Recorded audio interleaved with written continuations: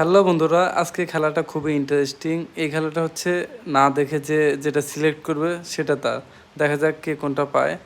Already লিচুটা নিয়ে গেল। দেখি এই আন্টিটা কি করে। তরমুজ।